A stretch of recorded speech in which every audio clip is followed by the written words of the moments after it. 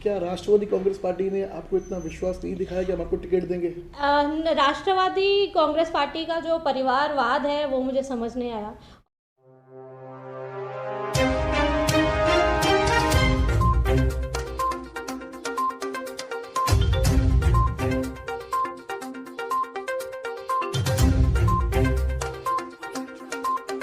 काजल जी, फिर से होगी में आपका स्वागत है। काजल जी, एक छोटा विषय पूछना था। राष्ट्रवादी कांग्रेस पार्टी छोड़ के भारतीय जनता पार्टी में प्रवेश करने का कारण? कारण बस यही है कि मैंने राजनीति ज्वाइन इसीलिए की थी ताकि मैं लोगों के लिए काम कर सकूं। ऑन ग्राउंड मुझे काम करने की आदत है, पब्लिक से मिलने की मुझे आदत है, और जब मैं ऑन ग्राउंड जाती हूं तो मैं चाहती हूं कि अपने सीनियर्स से संपर्क में रहूं और जो मदद पब्लिक की मैं करवा के दे सकूं वो करवा के उनको दे दूं। तो जब मैं एनसीपी में थी तो ये चीज़ें मुझे मिसिंग लगी कि ऑन ग्राउंड काम करने का जो उनका तरीका है वो मुझे दिखा ही नहीं कि मैंने फ़ोन कर दिया और वो आ गए, या मैंने फ़ोन कर दिया और किसी की मदद हो गई। ये चीज़ काफ़ी मिसिंग थी और मेरा शुरू से ही धोखादायक मुद्दा मैंने उठाया हुआ था। बिल्डिंग का कोई भी फ़ोन, लोगों का कोई भी फ़ोन मैं अवॉइड नहीं करती हूँ, कहीं पे भी जाना अवॉइड नहीं करती हूँ। सबसे पहले समाज की सेवा करने के लिए ही राजनीति में मैंने कदम रखा था। और अगर जहाँ रह के मैं लोगों की मदद नहीं कर पाऊँ, इसलिए मैंने सोचा कि मैं तो काम करने आई हूँ, अगर मैं यहाँ पे नहीं कर पा रही हूँ तो बेटर है कि मैं कहीं और से जाके लोगों के लिए और बेहतर काम करूँ। किस प्रकार के काम आप करने चाहेंगे भारतीय जनता पार्टी में? भारतीय जनता पार्टी की मैंने ऐसे प्लस पॉइंट्स बहुत देखे, क्योंकि मैंने बताया कि जैसे बिल्डिंग गिरती है तो मैंने किसी को कॉल कर दिया या मैंने कोई मदद मांगी तो उस वक्त मेरे साथ कौन मौजूद रहेगा। कभी लाइट का प्रॉब्लम हो जाता है, किसी के छत उखड़ गए या किसी की लाइट की कनेक्शन बंद हो गई, किसी के पानी के कनेक्शंस बंद हो गए, तो ऑन स्पॉट लोगों को उसी टाइम अर्जेंसी में मदद लगती है। तो ऐसे कुछ नेता थे भारतीय जनता पार्टी के जो ऑन ग्राउंड काम करते थे और मैं उनसे इंस्पायर्ड हुई थी और मुझे लगा कि अगर ये काम कर सकते हैं, ऐसे ये लोग कर सकते हैं, तो मुझे भी ऐसे करना चाहिए। देखिए, जो नगर सेवक जो इस तरह के काम करते हैं भारतीय जनता पार्टी के अंदर, वो तो सब नगर सेवक है। आप तो नगर सेवक नहीं हो। मैं नगर सेविका नहीं हूँ, ये बात अलग है, लेकिन मैं इंडिविजुअली जो कर सकती हूँ जिसके लिए भी वो मैं करूँगी। आप आने वाले महानगर पालिका के चुनाव के अंदर चुनाव लड़ने के लिए तैयार हो? जी, मैं जब से आई हूँ मैं यही कह के आई हूँ कि मुझे चुनाव लड़ना है। एमएलए इलेक्शंस में भी मैं इसीलिए आई थी क्योंकि जब तक मैं समाज सेवा कर रही थी मैं सिर्फ आवाज़ उठा रही थी और उस आवाज़ पहुँच रही थी, बट काम तो यही करते हैं ना, या नगर सेवक काम करेंगे, साइन इनकी चलती है, एमएलएस की चलती है। तो मुझे ऐसे लग रहा था कि सिर्फ मैं आवाज़ उठा रही हूँ और काम नहीं कर पा रही हूँ। अब मुझे चाहिए था कि मैं खुद लोगों के काम करूँ, तो उसके लिए आपको ऑफिशियल अथॉरिटी होना बहुत ज़रूरी है। तो इसीलिए फिर मैंने डिसाइड किया था कि मुझे अभी अगर अपने लोगों के लिए काम करना है, अपने शहरवासियों के लिए काम करो, उनको बेघर होने से बचाना है या उनकी मदद करना राजनीति है, तो क्यों ना राजनीति की जाए और क्यों ना इलेक्शन लड़ा जाए और क्यों ना ऑफिशियल पोस्ट ली जाए। किस पैनल से चुनाव लड़ोगे आप? अभी तो हमारी पूरी वर्किंग चल रही है पवाई एरिया से। ये 16 नंबर पैनल नया बना था। अभी ये पुराने पैनल जो बैठेंगे, अभी तो नए पैनल्स बनेंगे। अभी 4 का पैनल है। हाँ, तो अभी अगर ये 11 नंबर में जाएगा तो वहीं से थारा सिंह एरिया, पवाई के एरिया और इस एरिया से मैं इंटरेस्टेड हूँ। आपका स्थानिक जो वार्ड है वहाँ से चुनाव क्यों नहीं लड़ना चाहेंगे आप? मेरी वर्किंग पूरे उल्लासनगर में ही है।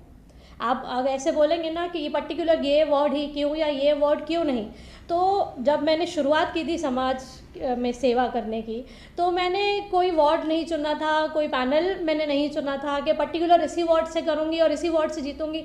ऐसा कोई राजनीतिक मेरा एम्बिशन कभी था ही नहीं।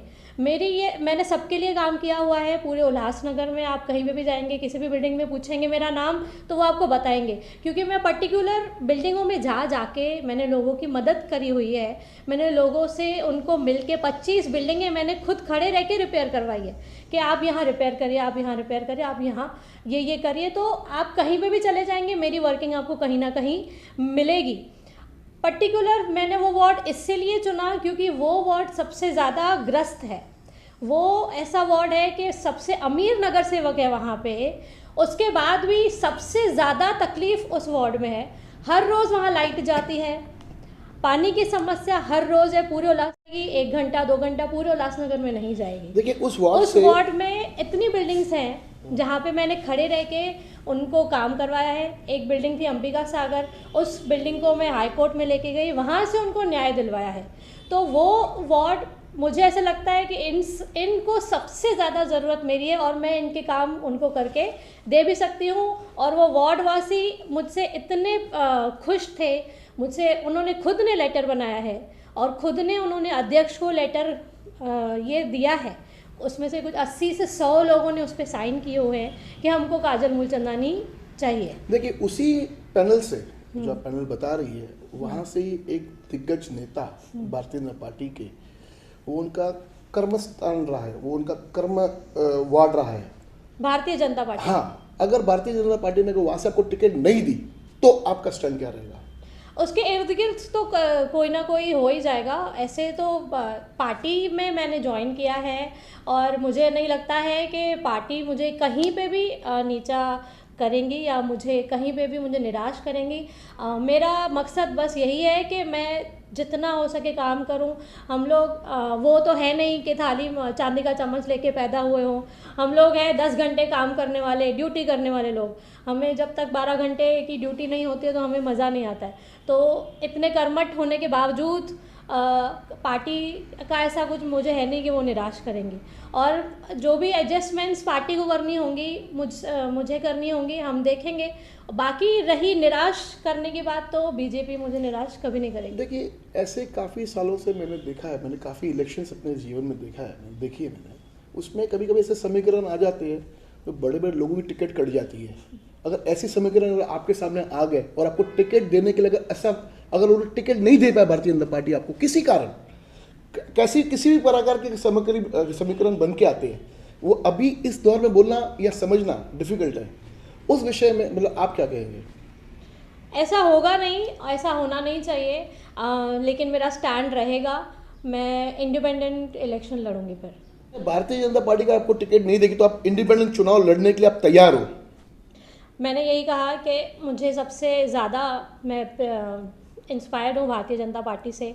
भारतीय जनता पार्टी ने हमेशा कर्मठ लोगों को जगह दी है अपने पास, नए लोगों को भी जगह दी है।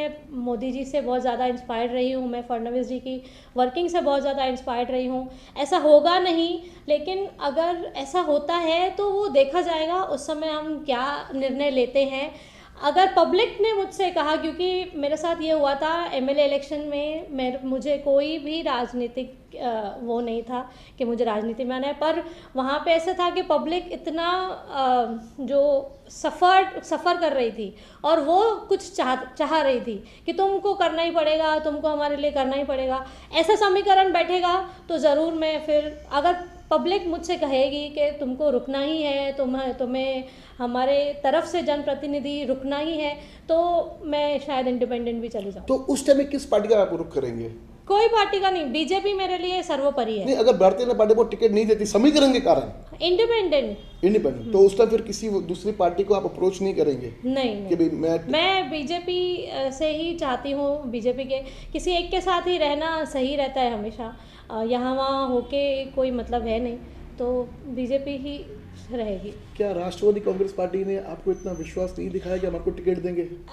राष्ट्रवादी कांग्रेस पार्टी का जो परिवारवाद है वो मुझे समझ नहीं आया, और जो एक कॉमन पब्लिक की जो सुनवाई होती है वो मुझे समझ में नहीं आई। और मैं एनसीपी में मैंने कोई पद नहीं लिया था, ना ही मैंने कोई ऑफिशियल ज्वाइन। आप खुश नहीं थे राष्ट्रवादी में? नहीं, मैंने ऑफिशियल ज्वाइनिंग ही नहीं की थी, सच्ची बात तो ये है। लेकिन आपका प्रवेश तो हुआ था? प्रवेश पप्पू साहब आए थे तब हमने ऐसे, जैसे एक नॉर्मल बातचीत होती है, कोई मेरी ऑफिशियल प्रवेश नहीं हुआ था और मेरा कोई ऑफिशियल मुझे पद नहीं दिया गया था। ये तो वो है कि जैसे वो मुझे अपनी बेटी मानते हैं और मैं उनको अपने पिता समान इज्जत देती हूँ, तो एक ठीक है, वो एक ग्रुप कैसे बनता तो है। आपने मेरे पिताजी को छोड़ के भारतीय जनता पार्टी में आ गए? मेरे हाँ, अगर मेरी जो मैं जिस समाज के लिए काम करती हूँ, अगर उस समाज के लिए मैं अपने घर में रह के काम नहीं कर पाती हूँ तो मैं घर छोड़ के काम करूँगी, मैं क्या करूँगी। तो ये तो है ही मेरे लिए, पर्सनल लाइफ से ज़्यादा पब्लिक लाइफ मैटर करती है। और अगर समाज के लिए अगर मुझे बेहतर काम करने की अपॉर्चुनिटी मिलेगी तो मैं वो करूँगी। मेरा बहुत क्लियर स्टैंड है कि मुझे लोगों के लिए काम करना है और लोगों के लिए ही काम करना है, बस। अगर आपको मौका मिलता है पब्लिक की तरफ से, आप चुन के आते हो, तो क्या आप देना चाहेंगे अपने वार्ड वासियों को? तो पता चलेगा उल्लासनगर के लोगों को कि कोई नगर सेवक कितना अच्छा काम कर सकता है। और बहुत से लोगों को तो पता ही नहीं है कि क्या पावर्स होते हैं या क्या ड्यूटीज़ भी होती हैं। तो उनको ये अलग चीज़ देखने को मिलेगी कि बहुत ज़्यादा डेवलपमेंट कोई कर भी सकता है। देखिए, आने वाले महानगर पालिका के चुनाव के अंदर सबसे बड़ा ज्वलंत मुद्दा जो रहेगा वो रहेगा कैपिटल वैल्यू टैक्स। जी, काफ़ी शहरवासी हमारे भुगत रहे कैपिटल वैल्यू टैक्स के अंदर, तो उस विषय में आप क्या स्टैंड लेंगे महानगर पालिका, अगर आप चुन के आती है तो? ऑफ कोर्स ये इसको रद्द करवाएंगे। अभी हम लोग बीजेपी के जमनू पुरस्वानी जी की अध्यक्षता में, उनके नेतृत्व में हम श्रीकांत शिंदे साहब से भी मिलके आए थे। उनके पास भी हमारी यही मांग थी कि इस कैपिटल वैल्यू टैक्स को रद्द करवाइए या जब तक स्टे करवाइए, जब तक एक नई बॉडी बनती है, फिर जब सभा होगी तो उसमें डिसीजन लिया जाएगा। लेकिन इसको रद्द होना बहुत ज़रूरी है।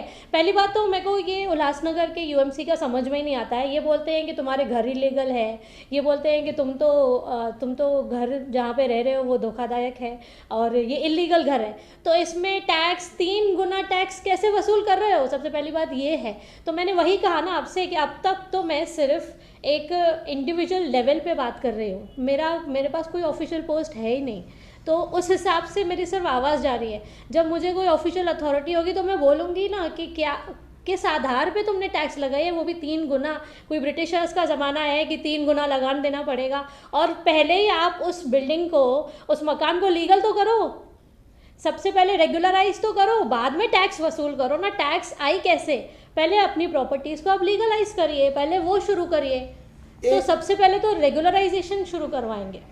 एक समाज सेवक हर टाइम कहते हैं ना पुराने चेहरे न उनके रिश्तेदार, सिर्फ नए चेहरे। आप क्या कहेंगे इस विषय में? मैं पार्टी को ये कहना चाहूँगी कि बहुत बार मैंने ये देखा है, बहुत बचपन से मैंने देखा है कि छोटी मोटी जो लोकल पार्टियाँ होती हैं, जिनको इर्द गिर्द के शहर भी नहीं जानते हैं, वो क्या करते हैं, बड़ी पार्टी के साथ अपना गठबंधन बिठा लेते हैं और फिर गठबंधन बिठाने के बाद उनके 6-8 सीट जीत के आने के बाद ये दावा करते हैं कि हमको उप महापौर दो वरना हम आपको समर्थन छोड़ देते हैं। तो मैं यही कहना चाहूँगी, खास करके जो हमारी नेशनल बीजेपी पार्टी है, कि हमको कोई ज़रूरत ही नहीं है।